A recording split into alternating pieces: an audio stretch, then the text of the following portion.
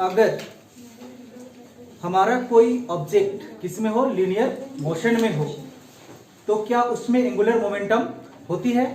तो हम जान रहे हैं कि हाँ होती है। तभी तो वो क्या होता है, जब उसमें वेलोसिटी में होती है, वो मूव कर रही होती है, तब वो उसमें क्या होता है, बैलेंस होता है। तो देखते हैं आज हम लोग कि कोई अगर ऑब्जेक्ट लीनियर मोशन में है तो उसमें हमारा एंगुलर जो मोमेंटम है वो कितना होता है। समझ में आ गया? तो टॉपिक डालेंगे यहां पे, एंगुलर मोमेंटम ऑफ एंगुलर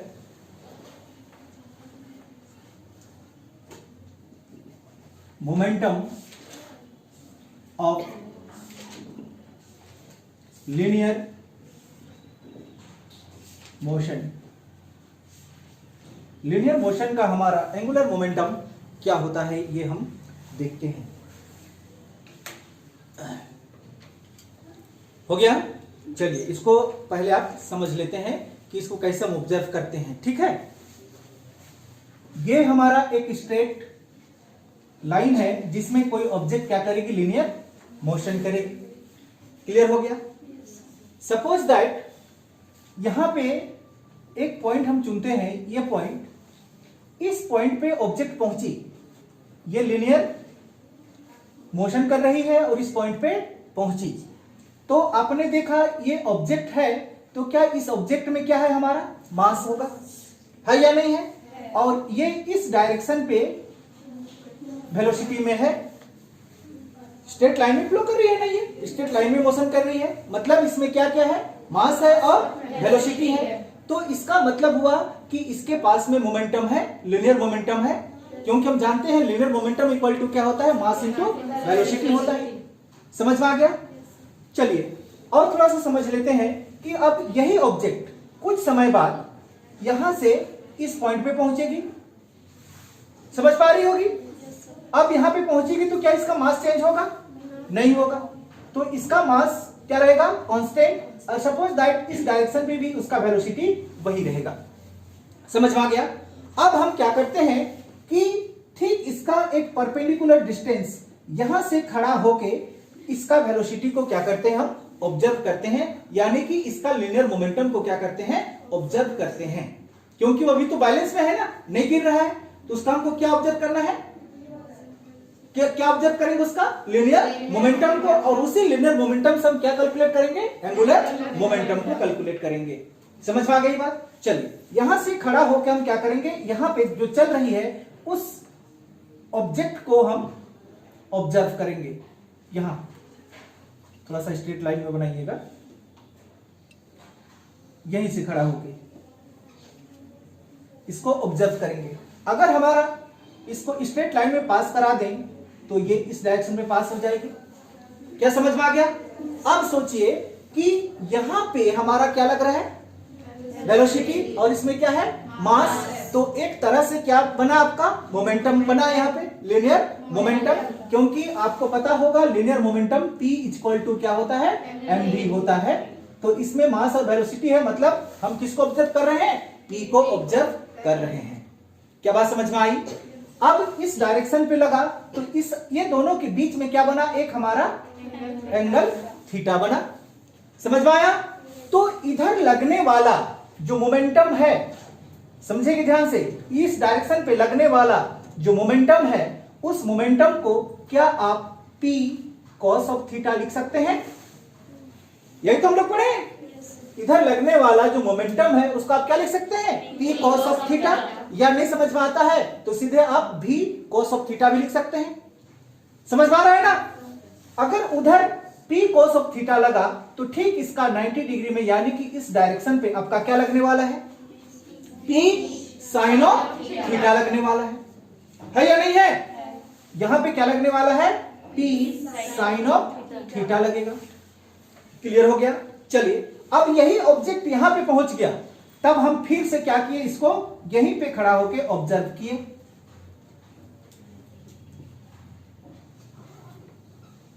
इस तरह से।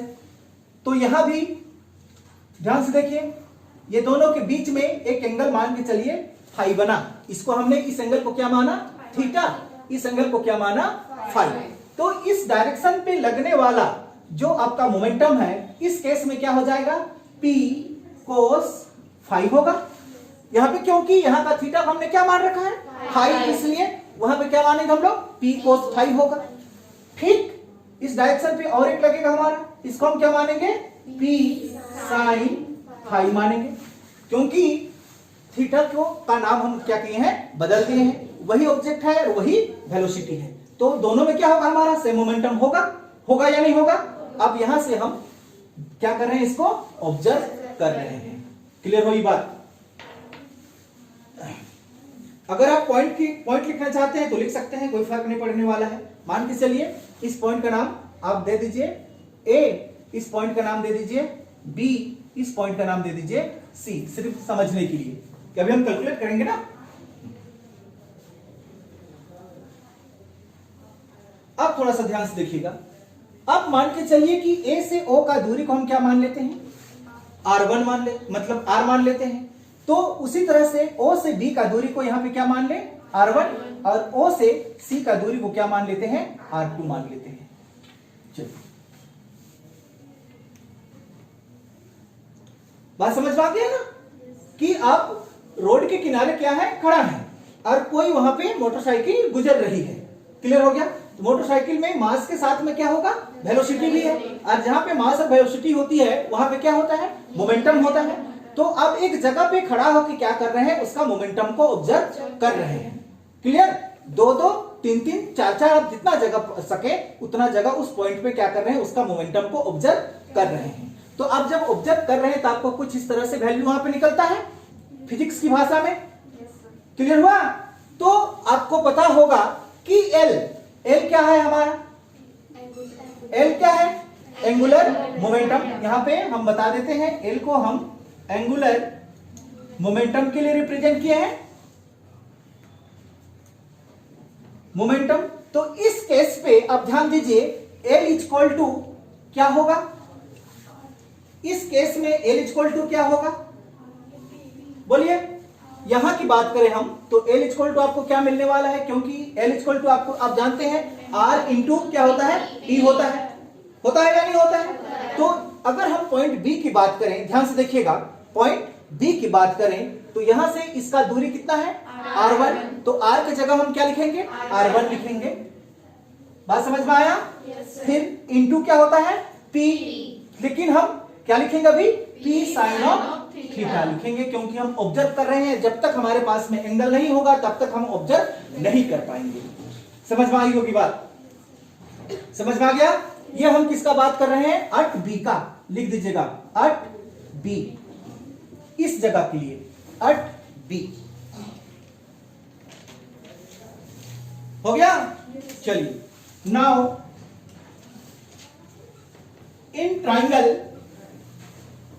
ओ ए बी, दिखाई दिया क्या आपको, ओ A B, O A B, क्या यहां पे ट्राइंगल्स बना हुआ है या नहीं है ट्राइंगल्स।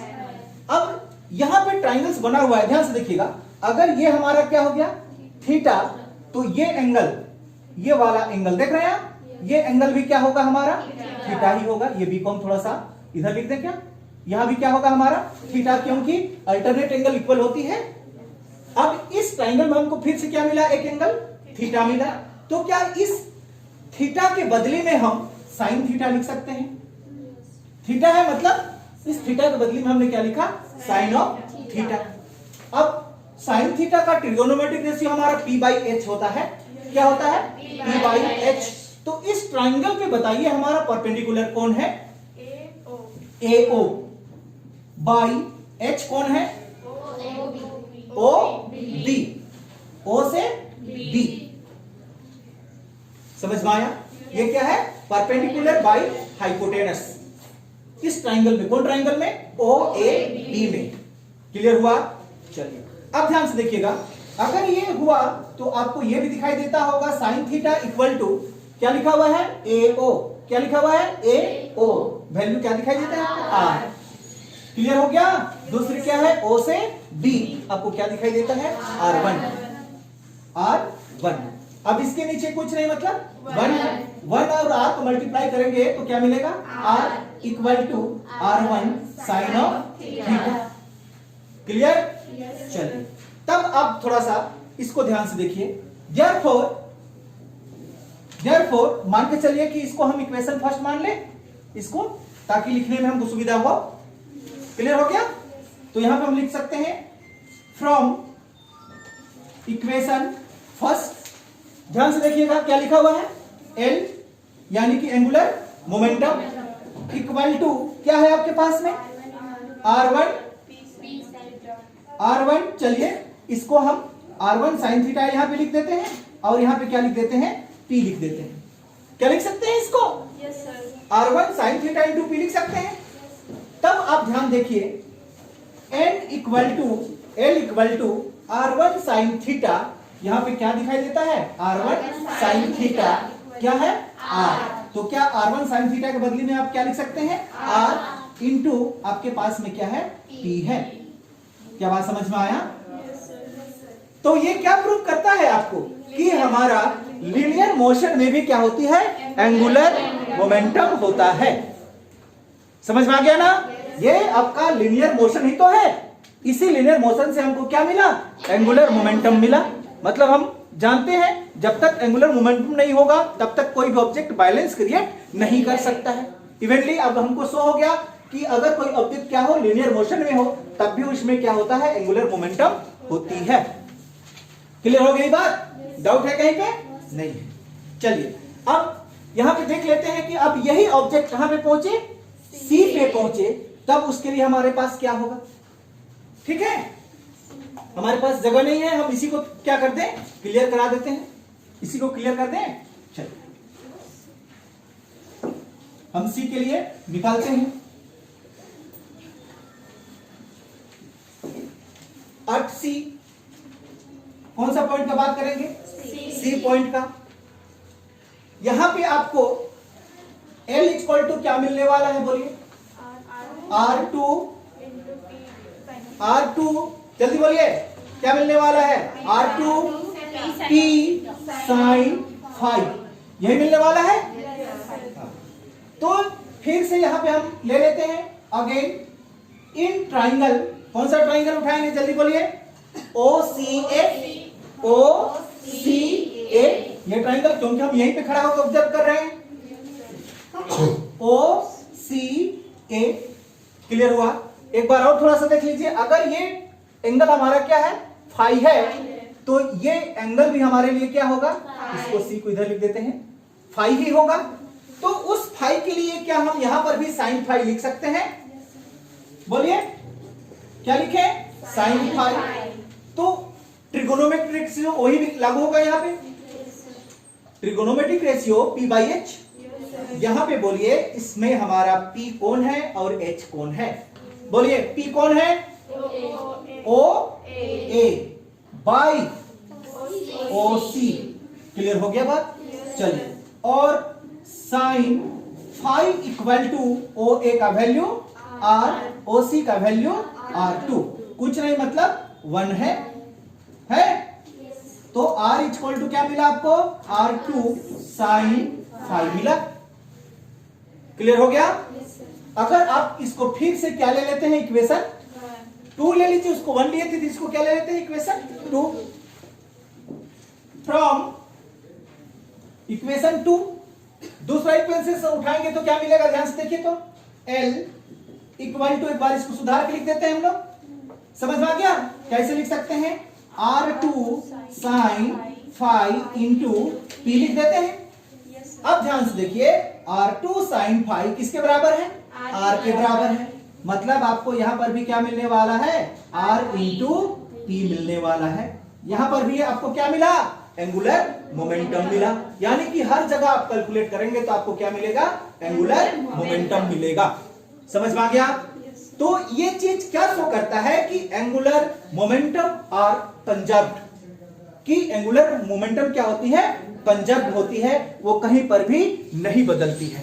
कंजर्व्ड का मतलब समझ में आता है ना, जिसको हिंदी में संरक्षण कहते हैं। कंजर्व्ड क्या होती है, एंगुलर मोमेंटम कंजर्व्ड होती है। कहीं पर भी चल जाइए वो क्या होता है, संरक्षित होता है, वो कभी भी नहीं बदलता है। ये शो किया ना, अब जितना भी वैल्यू निकालेंगे आपको यही वैल्यू मिलने वाला है। तो ये क्या शो करता है, बोलिए, क्या शो करता है? It show that angular momentum are conserved.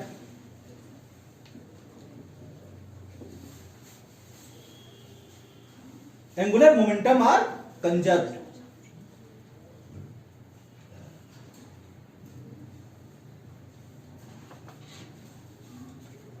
Clear हो गया?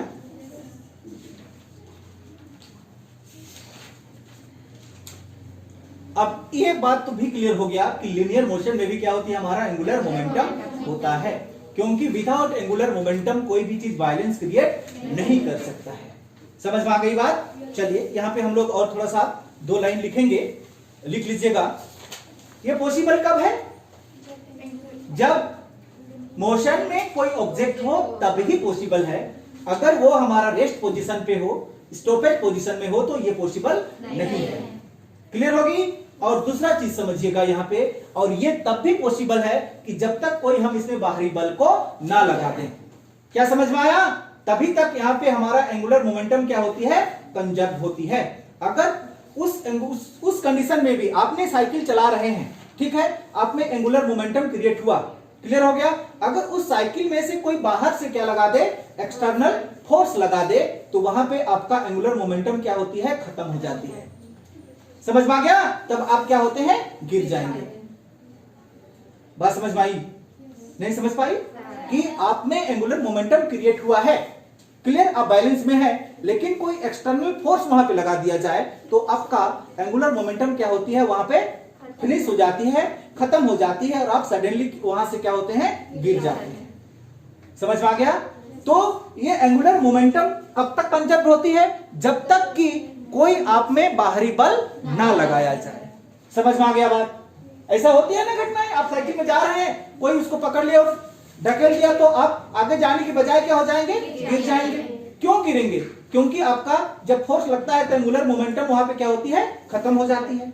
समझ में आई बात? चलिए लिखेंगे, इसी लाइन को लिखेंगे, एक लाइन में लिखिएगा। ए particles moving in a straight line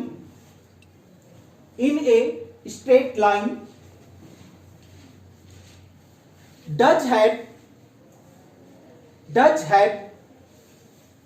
an angular momentum। हमने देखा कि कोई पार्टिकल्स क्या कर रहा है? स्ट्रेट लाइन में मूव कर रहा है, तब भी उसमें क्या है? हमारा एंगुलर मोमेंटम है।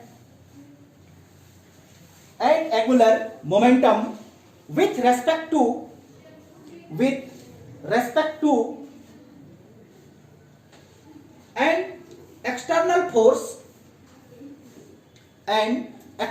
force are not applied। समझ में आ गई होगी बात? कब तक वहां पे एंगुलर मोमेंटम रहेगा? जब तक कि कोई उसमें बाहरी बल ना लगा रहा हो।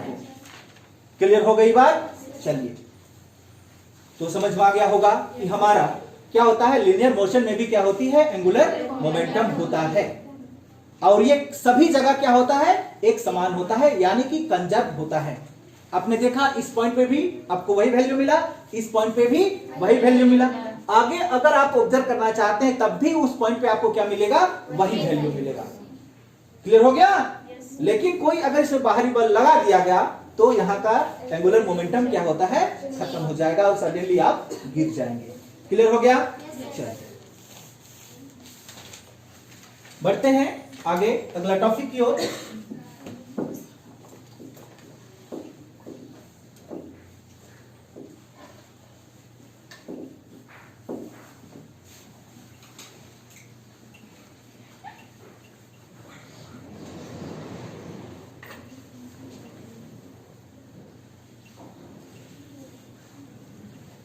चलिए टॉपिक लिखेंगे, angular momentum for system of particles.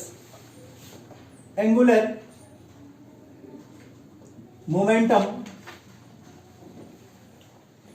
For system of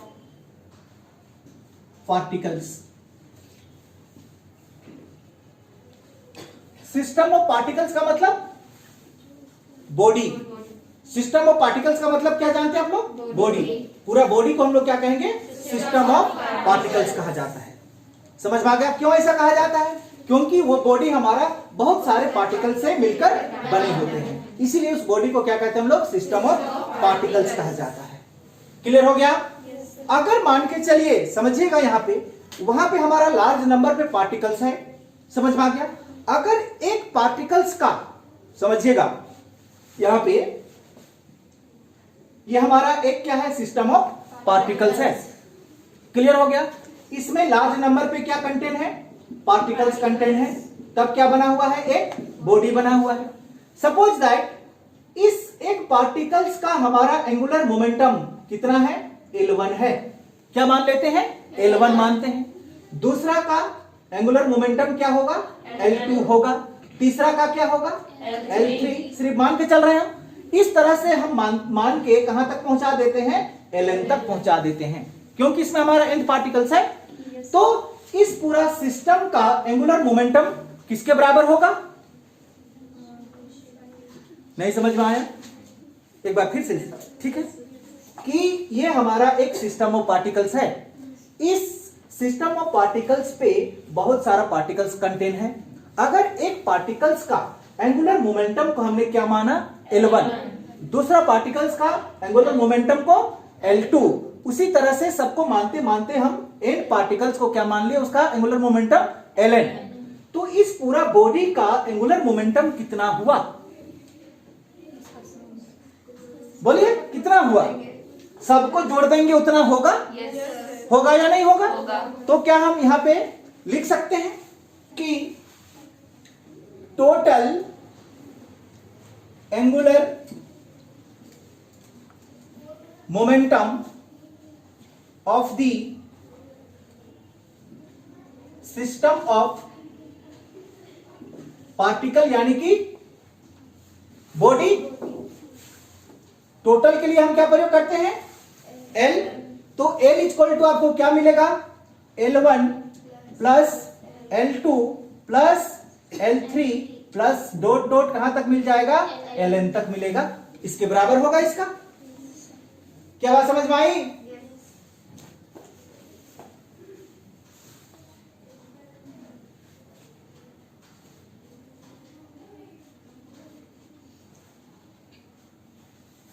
ध्यान से समझिएगा, ठीक है ना? आपने ये भी सीखा होगा, ध्यान से देखिएगा, आपने ये सीखा होगा L इक्वल टू एक रिलेशन हम फाइंड किए थे जो किसके बराबर था? I ओमेगा के बराबर था। क्या पता है आप लोगों को? ये L किसके बराबर था? I ओमेगा के बराबर था। हमने ये वैल्यू फाइंड करके निकाले हैं, नहीं निकाले हैं? क्या निकाले हैं? अगर L equal to I omega है, तब इस केस में L इक्वल टू, ध्यान से देखिए तो ये क्या है? L1। L1 के जगह में आप क्या लिख सकते हैं? जल्दी बोलिए, L1 के जगह में क्या लिख सकते हैं? I1 omega. ओमेगा तो थोड़े बदलेगा, वो ओमेगा एंगुलर वेलोसिटी तो सबका क्या रहता है? सेम रहता है। किसी पार्टिकल्स का नहीं रहता है, सिर्फ लीनियर वेलोसिटी ना बदलती है। अब जानिए ये चीज को, एंगुलर वेलोसिटी क्या होता है? सेम होता है, जबकि लीनियर वेलोसिटी अलग अलग होती है। इसी को तो हम क्या कहते हैं? रोटेशनल मोशन कहते हैं। समझ में आया क्या? तो इसके लिए ये हुआ, तो L2 के लिए क्या होगा? I2 omega plus I3 omega plus कहां तक लेके जाएंगे हम? IN ओमेगा तक जाएगा। ये समझ में आया होगा? और ध्यान से देखिए, सब में हमारा ओमेगा है या नहीं है? तो ओमेगा को अगर आप बाहर निकाल देते हैं तो आपको क्या मिलेगा? I1 plus I2 plus I3 plus dot dot IN तक मिलेगा।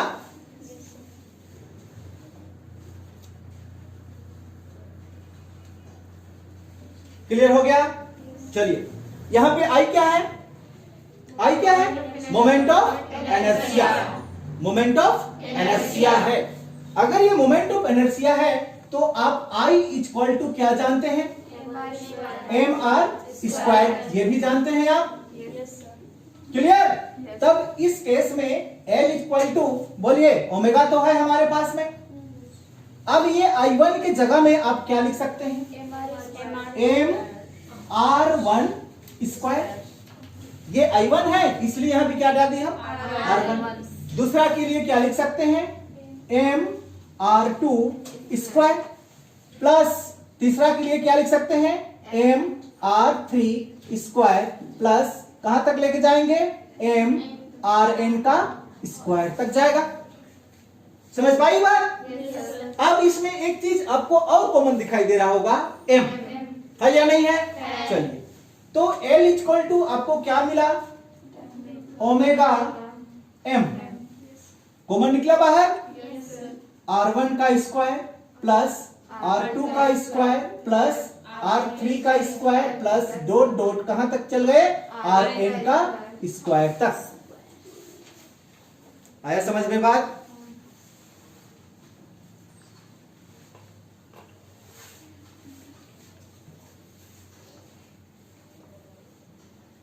क्लियर हो गया? चलिए, अब यहां पे आपको हम थोड़ा सा, यहां तक तो समझ में आया, लेकिन आपको हम यहां पे एक नया चीज बता रहे हैं, रेडियस ऑफ जायरेशन। क्या?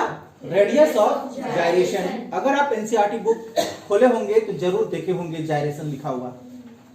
क्या बात समझ में आ गया? Radius of gyration. देखिएगा यहां पे क्या होता है रेडियस ऑफ जायरेशन, उसको बताते हैं। जितनी भी आपके पार्टिकल्स हैं, समझिएगा, जितने भी पार्टिकल्स हैं उसका जो रेडियस है, जितने नंबर पे, उसका मीन वैल्यू को रेडियस ऑफ जायरेशन कहा जाता है।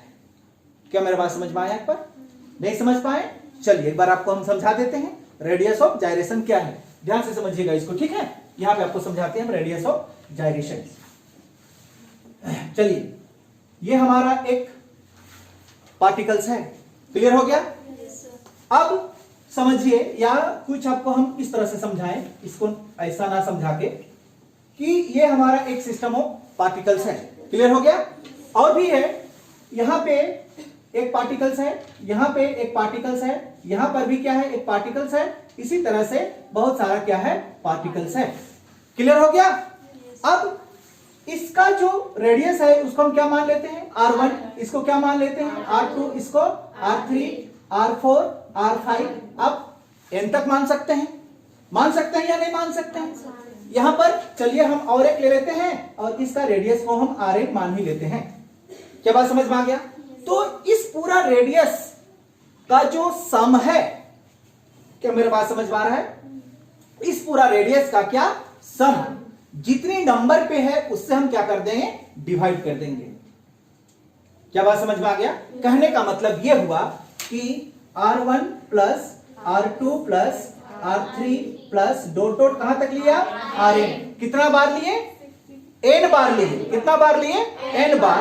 तो ये सब का वैल्यू को आप यहां पे जोड़ेंगे और जितना आप वैल्यू लिए हैं उसी से क्या कर देंगे? डिवाइड कर देंगे। तो ये जो वैल्यू आएगा वो क्या कहलाएगा? रेडियस ऑफ जायरेशन कहलाएगा।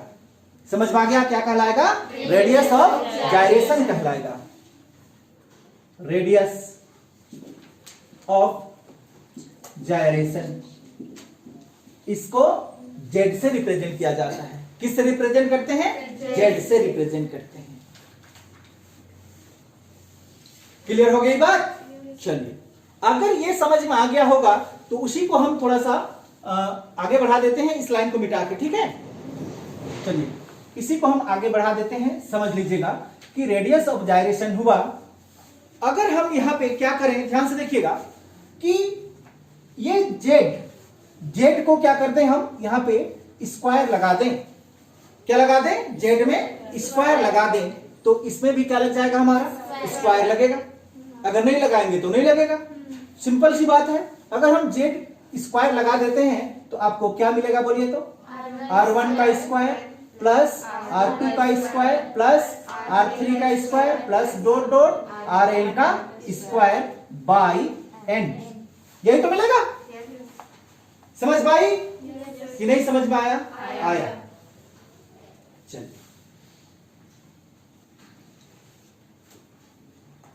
क्लियर हो गया? अब ध्यान से देखिए, ये जेड क्या है? जेड क्या है? रेडियस ही है। क्या है? रेडियस ही है। लेकिन हम एक वर्ड में सबको क्या बोल रहे हैं? रेडियस ऑफ जाइरेशन बोल रहे हैं। रेडियस ही तो इस पूरा सिस्टम का है या नहीं है? लेकिन हम एक वर्ड में क्या बोल रहे हैं? इसको रेडियस ऑफ जाइरेशन बोल रहे हैं। अब क्या ये एन इसके साथ में मल्टीप्लाई हो सकता है? होगा या नहीं होगा? होगा।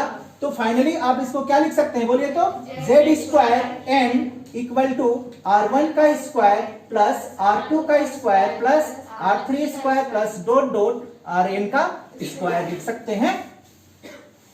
समझ में आया? चलिए, समझ में आ गया।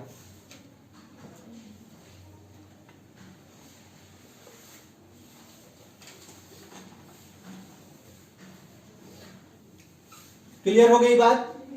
अब ध्यान से देखिएगा इस टर्म को, इधर आइए। देयरफॉर क्या है आपके पास में? एल।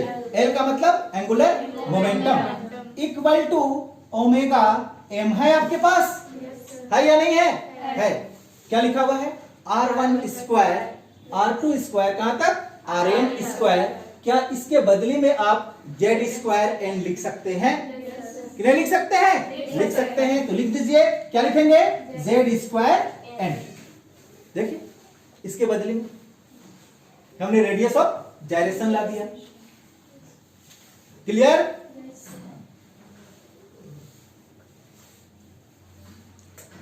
क्लियर हो गया बात? चलिए, आप थोड़ा सा फिर से ध्यान दीजिएगा। L इक्वल टू, हम थोड़ा सा इसको इस तरह से लिखते हैं। N क्या है हमारा? नंबर ऑफ पार्टिकल्स, है या नहीं है? और ये क्या है? Mass of each particles. ये स्मॉल m है, मतलब मास ऑफ ईच पार्टिकल्स। क्या बचा आपके पास में? ओमेगा। फिर क्या बचा? Z square. ये दोनों टर्म को अगर आप एक साथ लिखना चाहें तो क्या कैपिटल M लिख सकते हैं? Number of particles of mass, total mass कितना? m। समझ में आया होगा?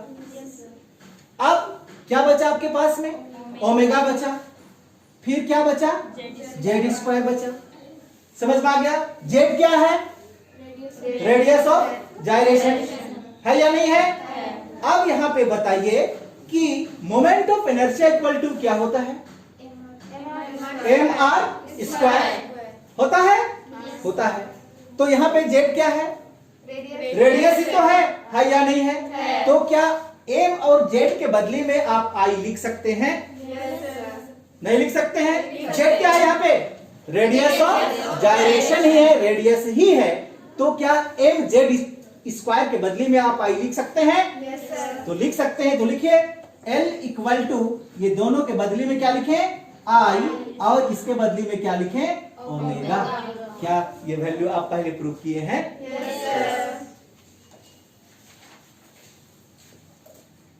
समझ में आई होगी बात? ये क्या है हमारा? Angular momentum for system of particles. तब भी हमको यही मिलता है। देख रहे हैं यहां पर? क्लियर हुआ? यहां रेडियस ऑफ जाइरेशन किसको कहते हैं?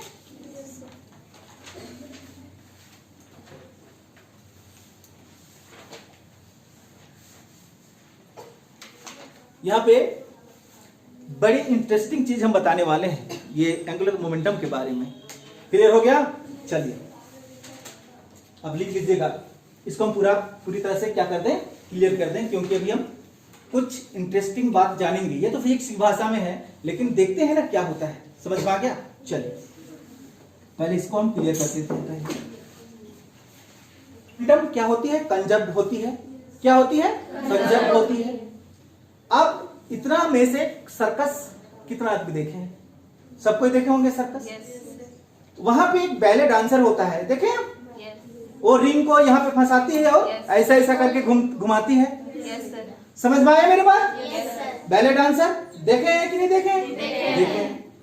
तो वो क्या करता है कि पहले एक पैर को खड़ा करता है, समझ में आया, और रिंग को फंसाता है और क्या करता है? जोर से धक्का मारता है। मारता है कि नहीं मारता है? वो क्या क्रिएट करने का कोशिश करता है? एंगुलर मोमेंटम क्रिएट करने का कोशिश करता है, या रोटेशनल मोशन क्रिएट करने का कोशिश करता है। समझ में आ गया?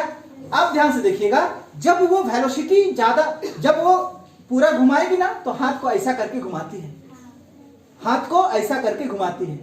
समझ में आ गया? जब वो वेलोसिटी ज्यादा घूमने लगेगी तो वो हाथ को क्या करेगी, कम कर देता है। समझ में आ गया? करती है या नहीं करती? आपने देखा है कभी? नहीं देखे हैं? बेले डांसर नहीं देखे हैं? क्लियर हो गया? मेरा बात को समझिएगा, पहले वो जब स्टार्टिंग करती है तो क्या करती है, हाथ को फैला के करती है। जब वो स्पीड हो जाता है, क्लियर हो गया, तो क्या करती है, वो हाथ को इस तरह से कर देती है। अब इसका लॉजिक क्या है उसको समझते हैं फिजिक्स की भाषा में, ठीक है? आपको पता है एल क्या है हमारा, एंगुलर मोमेंटम है। एंगुलर मोमेंटम इक्वल टू क्या होता है, आई ओमेगा। क्या? आई ओमेगा। अभी तो निकाली, क्या होता है, आई ओमेगा। होता है या नहीं होता है? चलिए आराम से समझिए इसको, कोई हड़बड़ी नहीं है। क्लियर हो गया ना? ये सिर्फ हमारा फॉर्मूला है जो आपने अभी पढ़ा है। आप ध्यान से देखिए कि हमने क्या जाना कि एंगुलर मोमेंटम क्या होती है, कंजर्व होती है। जब वो पैर में हिला रही थी तब वो ज्यादा जोर से हाथ को फैला हिला रही थी, जब वो वेलोसिटी में आया तो हाथ को वो क्या कर दी, नीचे कर दी, तब भी उसका एंगुलर मोमेंटम क्या चेंज होगा, नहीं होगा, क्योंकि एंगुलर मोमेंटम क्या होती है, कंजर्व होती है। समझ में आ रही है बात? तो चलिए हम पैर पे था उस समय का कंडीशन लिखते हैं। वहां का एंगुलर मोमेंटम हम क्या मान लेते हैं, L1 मान लेते हैं। वहां का एंगुलर मोमेंटम हम क्या मान लेते हैं, L1 मान लेते हैं। क्या समझ में आया? तो उस केस पे हम क्या लिख सकते हैं, आई का वैल्यू क्या होता है, जल्दी बोलिए, आई mr स्क्वायर होता है या नहीं होता है? होता है। तो इसके जगह में क्या हम लिख सकते हैं, mr1 का स्क्वायर, क्योंकि इसको हम L1 मान रखे हैं। समझ में आ गया? और ये क्या है, ओमेगा। ओमेगा को क्या मान लेते हैं, ओमेगा 1 मान लेते हैं। मतलब पैर पे जो हमारा रिंग घूम रहा था उसका एंगुलर मोमेंटम इतना था। समझ पा रही है? अब ये घुमाते घुमाते कहां पे ले गया, यहां तक लेके आया रिंग को। देखी होगी ना, ऊपर चढ़ाता है वो, और जब ऊपर चढ़ाता है तो हाथ को वो क्या करती है, ऐसा से ऐसा कर देती है। तो इस कंडीशन का बाद को हम क्या मान लेते हैं, L2 मान लेते हैं। अगर L2 माने तो क्या होगा, mr2 स्क्वायर ओमेगा 2 होगा। समझ में आ गया? हम जानते हैं कि एंगुलर मोमेंटम क्या होती है, कंजर्व होती है। अगर एंगुलर मोमेंटम कंजर्व हुई तो इसका मतलब ये हुआ कि L1 equal to L2। Conserve का तो ये मतलब होता है कि अब कहीं पे ले जाइए वो नहीं बदलने वाला है, सभी जगह क्या होगा, सेम होगा। क्लियर हो गया बात? अगर ये दोनों इक्वल हुआ, क्यों L1 इक्वल टू L2 हुआ, ड्यू टू कंजर्व, संरक्षण के कारण वो कहीं पे चेंज नहीं होता है। क्या समझ में आ रहा है? अगर इस तरह से होता है तो L1 का वैल्यू आपके पास में क्या है, बोलिए, mr1 square omega 1 equal to mr2 square omega 2। m से m क्या हो जाएगा, कैंसिल होगा। तो आपको फाइनली क्या मिलने वाला है, r1 square omega 1 equal to r2 square omega 2 मिलने वाला है। क्या समझ में आई बात? चलिए, ये r क्या है, रेडियस, ओमेगा क्या है, एंगुलर वेलोसिटी। ओमेगा क्या है, एंगुलर वेलोसिटी। अब ध्यान से देखिएगा, समझिए आप यहां पे, अगर आपने रेडियस को बढ़ाया, क्या बढ़ाया, रेडियस, आर को बढ़ाया, तो अब ये इसको घटा सकते हैं। जब आप स्टार्टिंग किए तो हाथ को ऐसा किया कि नहीं किए, समझ पा रही है बात? तो आपका क्या बढ़ा था अभी, रेडियस। उस समय आपका वेलोसिटी क्या होगा, कम होगा। समझ में आ गया? हम बताएंगे इसको। लेकिन जैसे वो स्पीड हो गया तो आप रेडियस को क्या किए, घटा दिए, लेकिन वेलोसिटी क्या हो गया था, उस समय से बढ़ गया था। ये शो करता है, सपोज दैट, ये दोनों का रिलेशन को देखिए। आप जब स्टार्टिंग किए तो आपका रेडियस, इसको हम क्या मान लेते हैं, 10 मान लेते हैं। कितना मान लेते हैं, 10 मान लेते हैं, इनटू उस समय आपका जो एंगुलर वेलोसिटी था उसको हम क्या मान लेते हैं, क्या लिख देते हैं, 5। जब आपका r अभी क्या है, बड़ा है, तो एंगुलर वेलोसिटी क्या है, कम है। जब आपका रेडियस घट जाएगा तो एंगुलर वेलोसिटी क्या हो जाएगा, बढ़ जाएगा। तो आपने ऐसा किया तो मतलब रेडियस क्या होगा, घटा। तो घटा तो कितना हो गया, वो 5, लेकिन उस समय उसका वेलोसिटी कितना हो गया? 10 हो गया। अब ये दोनों क्या बराबर है? हाँ, है बराबर। तो क्या शो करता है ये कि एंगुलर मोमेंटम हमारा क्या होती है? कंजर्व होती है। क्या समझ में आ गया? इसीलिए वैलिड आंसर क्या करती है? ऐसा फिर ऐसा करती है। समझ में आया? क्लियर हुई बात? देखिए फिजिक्स कहां तक पहुंच सकता है। ये उसका, ये किसका एग्जांपल हमने दिखाया आपको? एंगुलर मोमेंटम का। क्या है इसका? Valid answer. ऐसे लिखते हैं ना, ऐसे लिखते हैं। ये डबल एल है, ई वाई, हाँ एल वाई वर्स होगा, वैलिड आंसर। सी होगा ना, एस होगा, सी। हाँ। चलिए ये वैलिड आंसर का देखिए। हाँ, फिगर बनाएंगे ना? हाँ। चलिए, समझ पाई होगी? कितना मजेदार चीज होती है साइंस, सिर्फ समझने की बात है।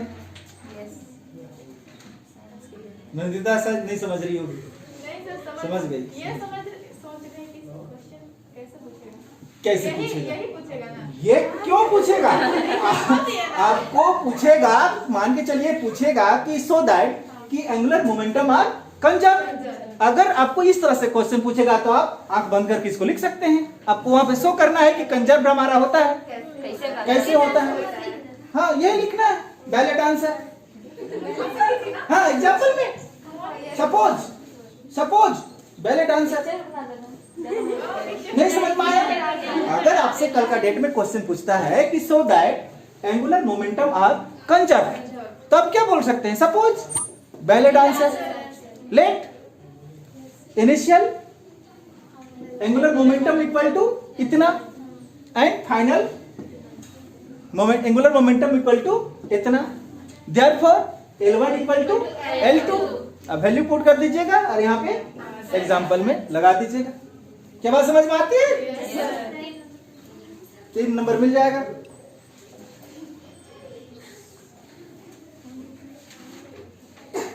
इतना मजेदार चीज है फिजिक्स, नहीं है? सब फिजिक्स का ही देन है।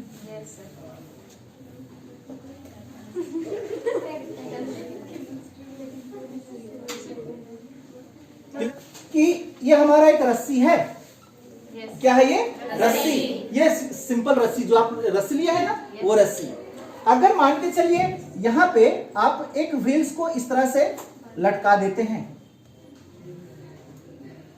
समझ में आ गया? तो ये हमको लगता है कि नीचे क्या हो जाएगा? गिर जाएगा, क्योंकि रस्सी से बंधा हुआ है ना एक छोर पे। तो क्या वो हैंग होगा कि नहीं होगा? लेकिन आप इसको इस तरह से जोर से रोटेट कर दीजिए। समझ में आ गया? वहां पे क्या क्रिएट कर दीजिए? एंगुलर मोमेंटम को क्रिएट कर दीजिए और इसको इस तरह से बैलेंस करके छोड़ दीजिए, वो आपका बैलेंस हो जाएगा। वो रस्सी में ही क्या हो जाएगा? बैलेंस हो जाएगा, जबकि ये एक और ही क्या है? पकड़ा हुआ है। समझ में आ रहा है? आज हम वीडियो अपलोड करेंगे, वो वीडियो देख लेना, ठीक है? एनिमेशन के साथ में आपको दिखाई देगा ये कैसे वो घुमाता है और इसे छोड़ता है। वो सिर्फ रस्सी के सहारे क्या करता है? घूमते रहता है। ये रियली है। क्यों ऐसा हुआ? क्योंकि इसमें क्या क्रिएट हुआ? Angular momentum. और एंगुलर मोमेंटम क्रिएट होता है तो क्या हो जाता है? ये बैलेंस हो जाता है। लेकिन जैसे जैसे इसका वेलोसिटी क्या होगा? रुकने लगेगी, तब वो नीचे नीचे झुकते चला जाएगा। जैसे आपने लट्टू को देखा होगा, स्पीड होता है तो घूमते रहता है, जैसा उसका वेलोसिटी कम, लड़खड़ लड़खड़ फिर लास्ट में। क्लियर हो गया? इतना मजेदार चीज है। ये रस्सी है, इसको आपने व्हील्स को बांधा और इस व्हील को क्या क्या पकड़ के हाथ से जोर से गति कर दिया, घुमा दिया। घुमा के जैसे इसको आप छोड़ दिए इस लेवल पे, इस लेवल पे, तो इसी लेवल पे ये क्या करते रहेगा? घूमते रहेगा। और जबकि इधर क्या बंधा हुआ है? रस्सी से बंधा हुआ है। उसको नीचे आना चाहिए था ना, नीचे पलट के ऐसा घूमना चाहिए था, लेकिन वो ऐसे ही घूमते रहता है। समझ में आया? ये इसका दूसरा एग्जाम्पल किसका? एंगुलर मोमेंटम का। तीसरा एग्जाम्पल आपका लट्टू।